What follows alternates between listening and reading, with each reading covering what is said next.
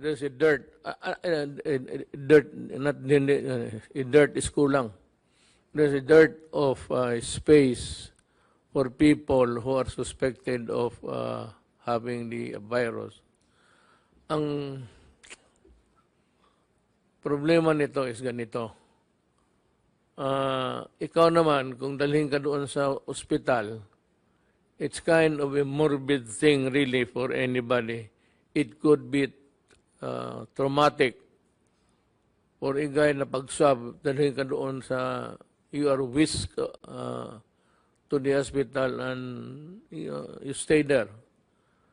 To some people, staying in the hospital is really a horror thing because yung iba hindi nga na hospital ni minsan sa buhay nila. So, I leave it to the city government and we will talk about it later. Itong mga hotel na bakante, total pagkatapos yan, you can always decontaminate the rooms. We will do it for you. Arrange with the hotels na pwede mo munang gamitin, lalo na sa panahon na ito. And to the owners of hotels, inns, motel maybe, kung wala ng iba, nagulang, to accommodate the Filipinos who are in need of help. I will assume the full responsibility of paying you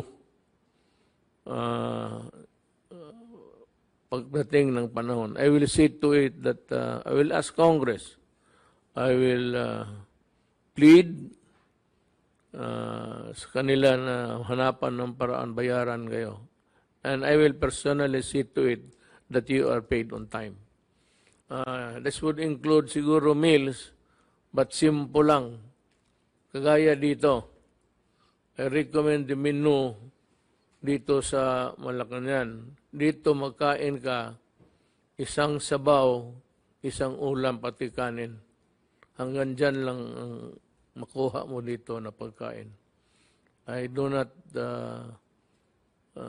seldom, if at all, na we serve my steak. We do not, I have prohibited the use of alcohol dito, liquor, pati simple lang. Ganun rin sa sa mga hotel. Pakiusap ko lang. Total, wala namang, you don't have to worry about an afterwards thing of itong hotel mo ma-contaminate.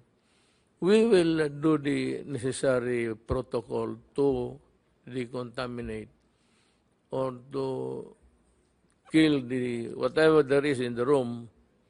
Madali lang man yan. Pagbigyan ninyo yung mga kababayan natin.